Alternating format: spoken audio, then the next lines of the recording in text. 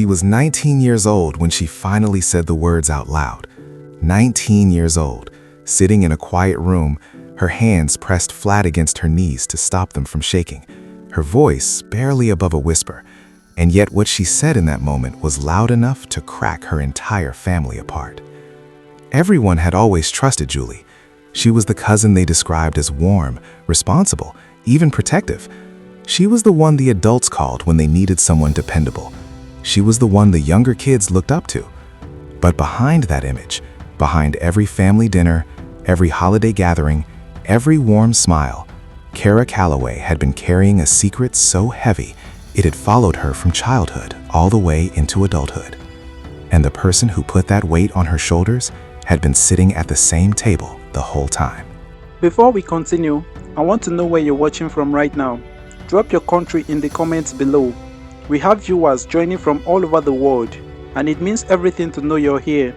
And if you care about stories that bring real awareness to the kind of abuse that hides behind closed doors and family smiles, make sure you hit the subscribe button so you never miss any of our upcoming videos. Because these stories is more common than most people think, and the more we talk about it, the harder it becomes for it to stay hidden. To truly understand what happened to Kara Calloway, you have to understand the world she grew up inside, because from every angle, it looked like the kind of family people dream about having. The Calloways were a large, close-knit extended family, rooted in a mid-sized town in the American Midwest. They were the kind of family that filled up every room they walked into. Sunday dinners at Grandma Rose's house ran for 3, sometimes 4 hours, long after the food had gone cold, because nobody wanted to leave. 4th of July meant a yard full of cousins chasing each other through lawn sprinklers, while the uncles argued over who made the better ribs. Thanksgiving meant the same peach cobbler, the same card games at the fold-out table, the same grandfather telling the same 3 jokes he'd been telling since 1987, and laughing the hardest every single time. To the outside world, the Calloways were a family that had it all figured out. Neighbors admired them. Friends envied the closeness. There was always someone available when you needed help, always a familiar face at the door, always a voice on the phone that knew your name and genuinely cared about the answer when they asked how you were doing. For a child growing up inside that warmth, it would have felt like the safest place in the world. And for Kara, for a while, it really was. Kara Calloway was 9 years old when her world first began to quietly change. Before that, she had been the kind of child who made every room feel a little brighter. She had wide, dark eyes and a habit of carrying a small sketchbook wherever she went, tucked under her arm at family gatherings, slipped into her backpack for school, resting on her nightstand at bedtime. She loved drawing more than almost anything, not just the butterflies she was famous for, though those were her specialty, drawn in careful, looping detail, but anything she could observe. The pattern on her grandmother's tablecloth, the shape of her mother's hands while she cooked dinner, the way afternoon light fell through the kitchen window onto the floor. She was quiet, but not in a sad or withdrawn way. Quiet in that particular way some children have. Thoughtful, observant, always listening to something the rest of the room couldn't quite hear.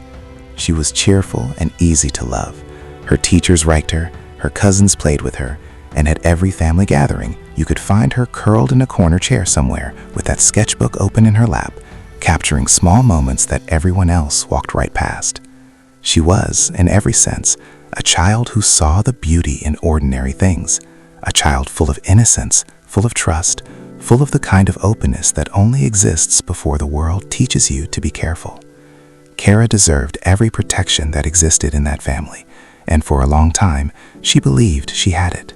If Kara was the quiet heart of the Calloway family's younger generation, then Jelly Calloway was its golden child. At 23, Julie was the older cousin that the entire family seemed to trust without hesitation or question. She was reliable. She was responsible. She was the first person the aunts and uncles called when they needed someone to watch the kids for the evening. Not because she was the only option, but because she was the preferred one.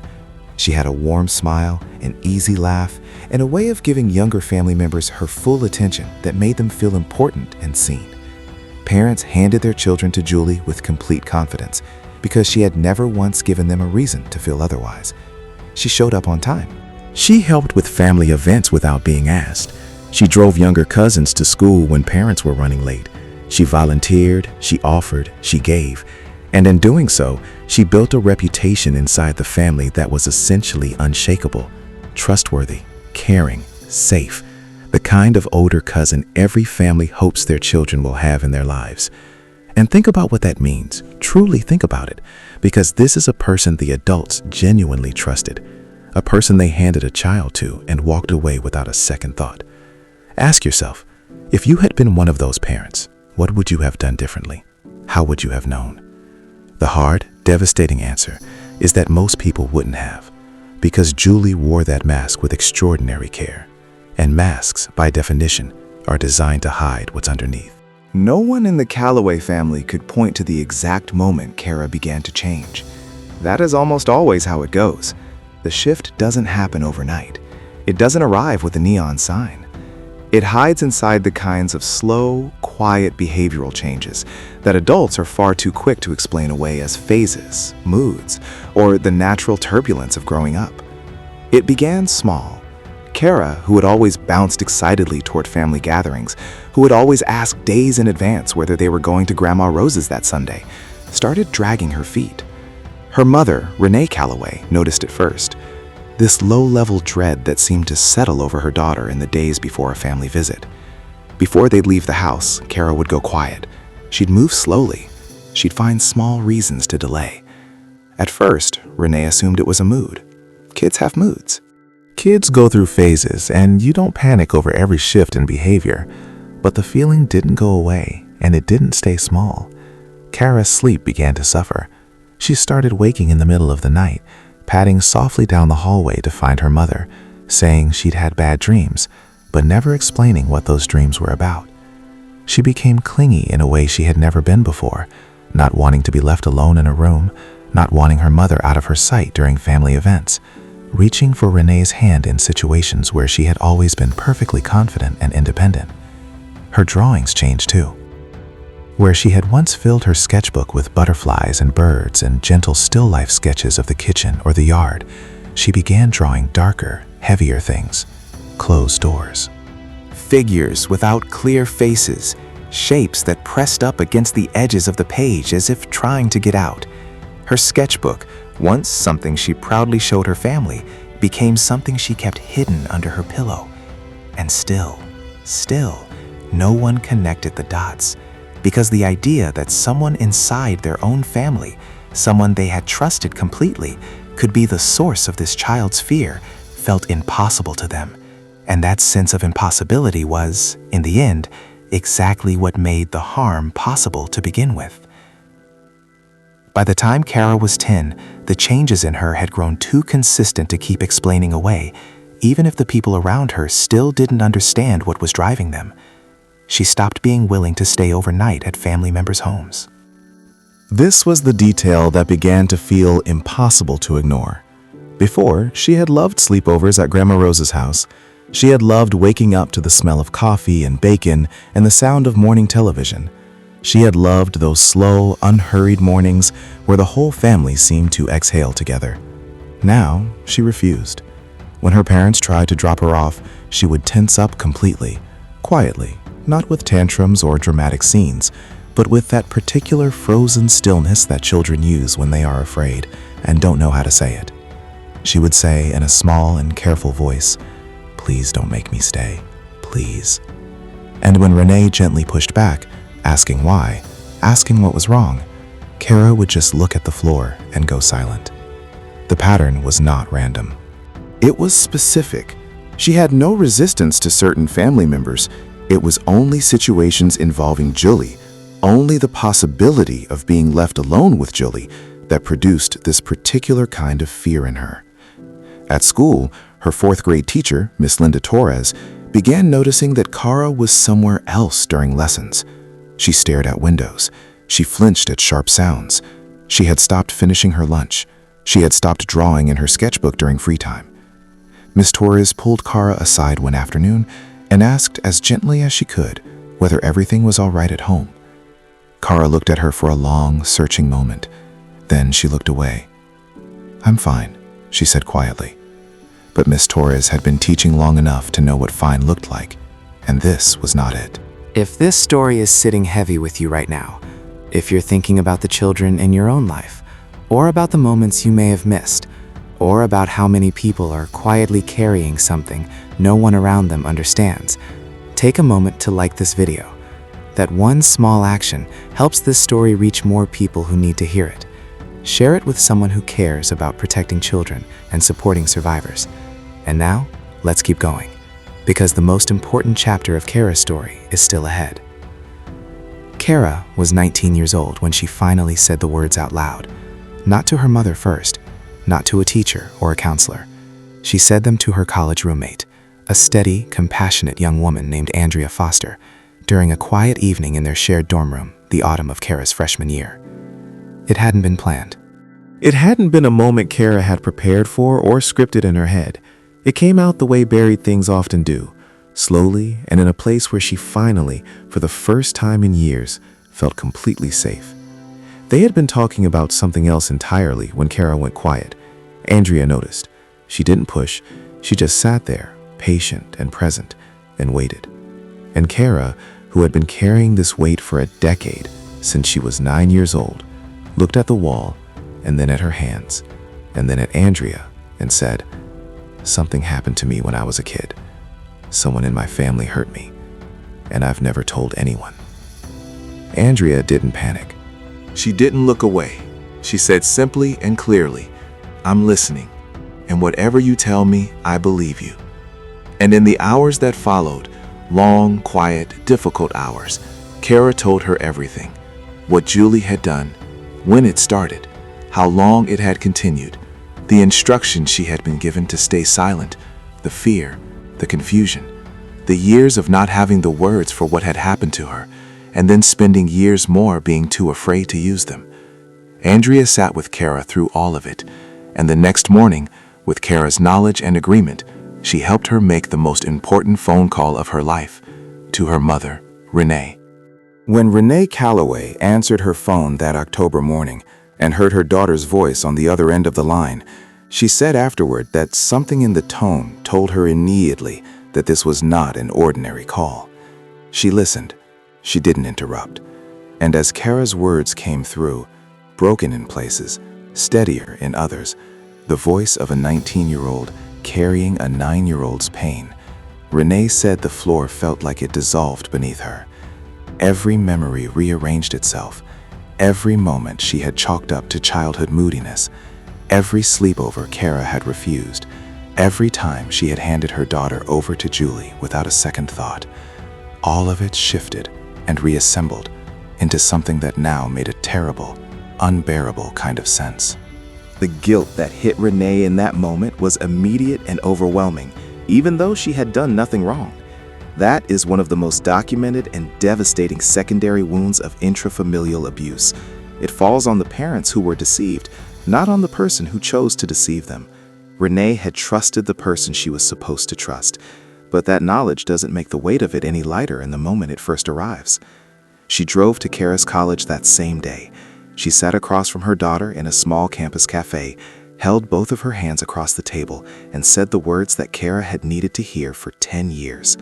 "I believe you, and I am so sorry I didn't see it." When word began to spread through the extended Calloway family, the response followed a pattern that researchers and child advocates have documented in cases like this with painful consistency. Some family members believed Kara immediately and were devastated. They grieved, they reached for her.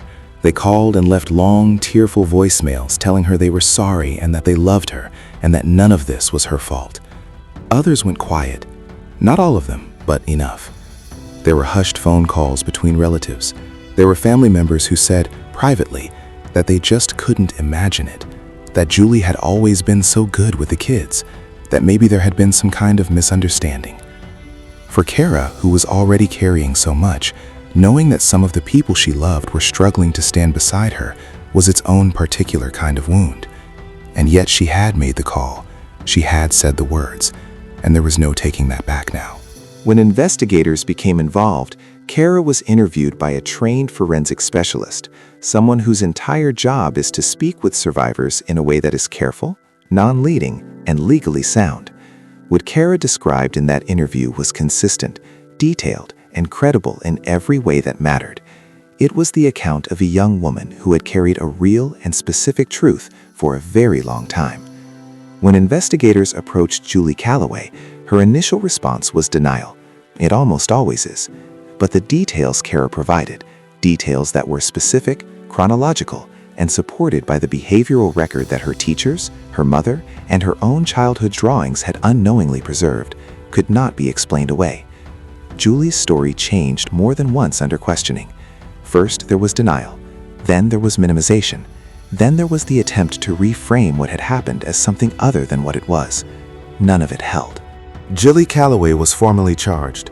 The legal process that followed was not quick, and it was not easy, and it was not without cost to Kara and her family.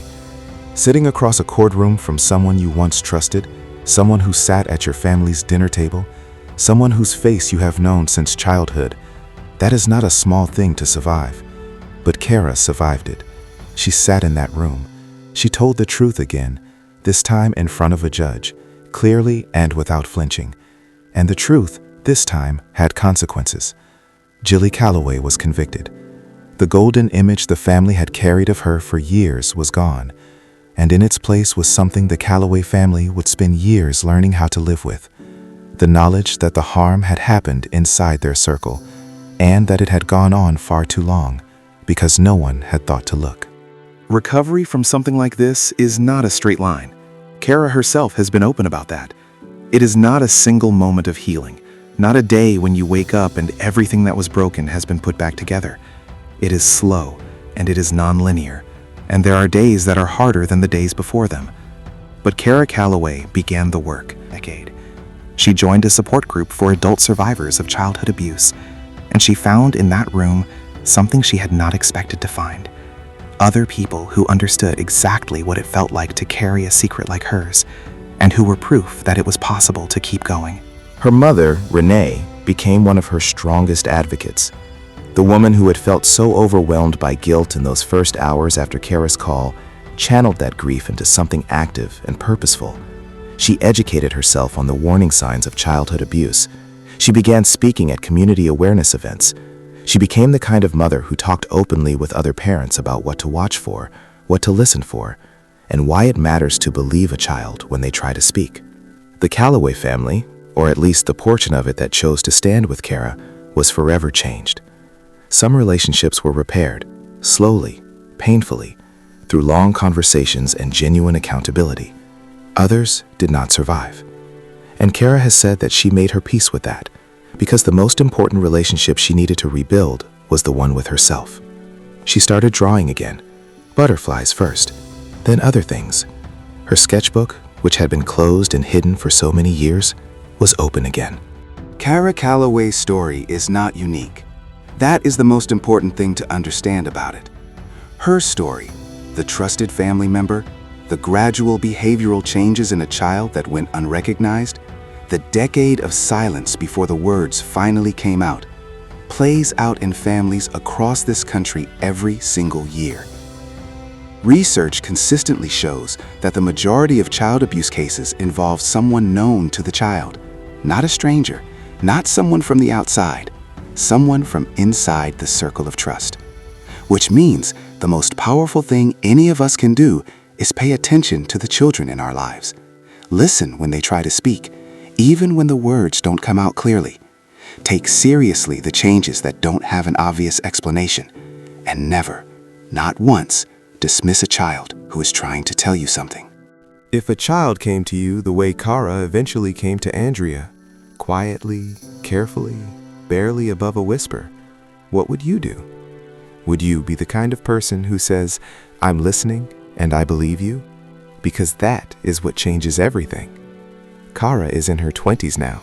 She is still drawing, she is still here, and she chose, eventually, to let her story be told, because she knows that somewhere out there, there is another child carrying something too heavy for one person to carry alone. And maybe, just maybe, this story will be the thing that helps someone find the words. Stories like Kara's remind us how important it is to listen, to protect, and to stand beside the people who are brave enough to speak up. Abuse can happen in places no one expects, even within families that look, from the outside, like they have everything figured out. If this story moved you, share it. You never know who is watching this right now and needed to hear that they are not alone. You never know who has been carrying something in silence because they were afraid no one would believe them. Share this so that they know that speaking the truth, even when it costs you everything, is always worth it. And if you have ever been betrayed by someone you loved, by anyone, in any way, just know that what happened to you is not a reflection of your words. It is a reflection of their choices. And your story does not end where they try to end it. Subscribe for more real stories that need to be told. This community exists because these stories matters, because the people inside them matters. We'll see you in the next one.